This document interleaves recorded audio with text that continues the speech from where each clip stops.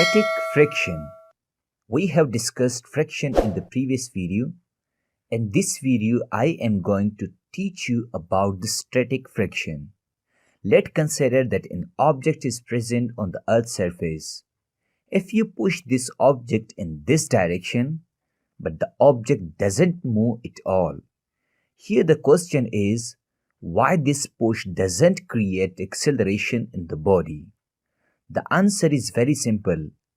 It is because if you push the body with the force of 10 Newton in this direction, then there is another horizontal force which acts in the opposite direction with the same magnitude of 10 Newton force. Hence, according to Newton's law, here forces are balanced and the body doesn't accelerate at all. Now here, what should I call this opposite force in physics? Well, this opposite force came into existence due to interaction between the object and the earth. As I told you in the previous video, when two bodies interact, there exists a frictional force between them. Now this opposite force is a static frictional force. Remember that our push tries to create motion in this object, while the static force prevents this stationary object to start moving. Thus remember that when we push objects and they do not move, it is because of static friction. Now let me explain further the concept of static friction. Let's consider two objects on the ground.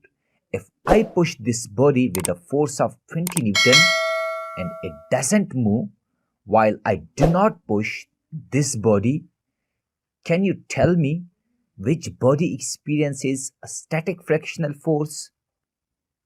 Well, this body experiences a static frictional force, while this body doesn't experience any static frictional force. Or we can say that here, static frictional force is 0. Now, if I push this body with 20 Newton force, then there is another horizontal static frictional force of 20 Newton in the opposite direction. The static frictional force only exists when we push or pull a body and the body doesn't accelerate in the direction of force.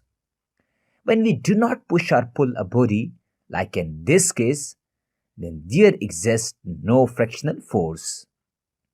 Now here, if I increase the magnitude of my pushing force to 30 Newton, and if the body still doesn't move, it means that the static frictional force also increases to a magnitude of 30 Newton force.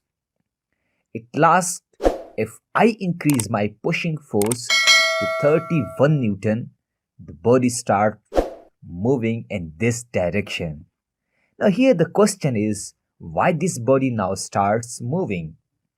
The answer is that forces on the body are unbalanced. The static frictional force can only resist 30 Newton pushing force. If the pushing force exceeds from 30 Newton, like 31 Newton force, the static frictional force would no longer prevent the body from moving. As a result, the body will accelerate in the direction of force. Hence remember that this 30 Newton force is known as a maximum static friction.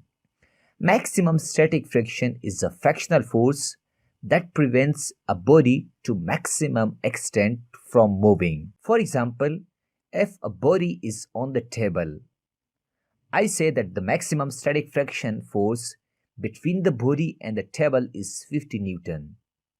Then this means that even 49 Newton force will not create acceleration in this body.